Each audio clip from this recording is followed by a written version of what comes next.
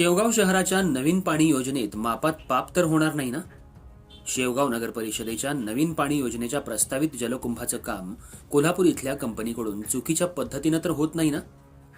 बऱ्याच टेंडर प्रक्रियेनंतर आणि अनेक अडथळे पार केल्यानंतर शेवगाव शहराच्या नगरोत्थान पेयजल योजनेअंतर्गत सुमारे 75 कोटी रुपयांच्या पाणी योजनेच्या कामाला तब्बल 1.5 वर्षाच्या खंडानंतर सुरुवात झाली.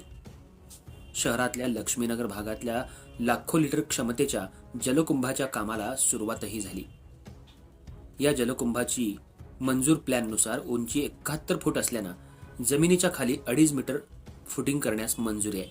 प्रत्यक्षात मात्र कमी खोलीचा पाया खणला असून पायापासूनच मापात पाप करून थातूरमातूर काम सुरू असल्याचं सुजाण नागरिकांच्या निदर्शनाला आलं. याबाबतची तक्रार घेऊन नेमकं कुणाला भेटायचं हा प्रश्न नागरिकांना पडलाय.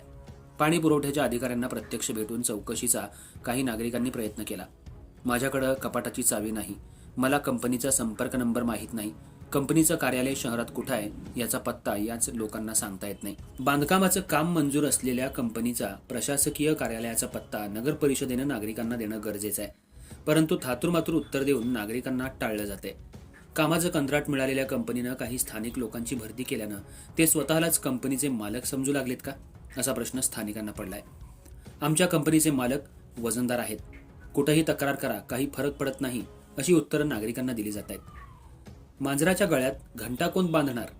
पहिला ठेकेदार चो होता म्हणून आता शेवगावकरांच्या बोकांडी हा दर तर नाही, असा शेवगावकरांच्या मनात प्रश्न उपस्थित होत असल्याचं बोललं जात आहे. खंडोबा मैदानावर शहराअंतर्गत पडलेल्या 4 इंची पाईपलाईनचे बंडल कमी गेजच्या जाडीचे आणि दुमडलेल्या अवस्थेत आहेत.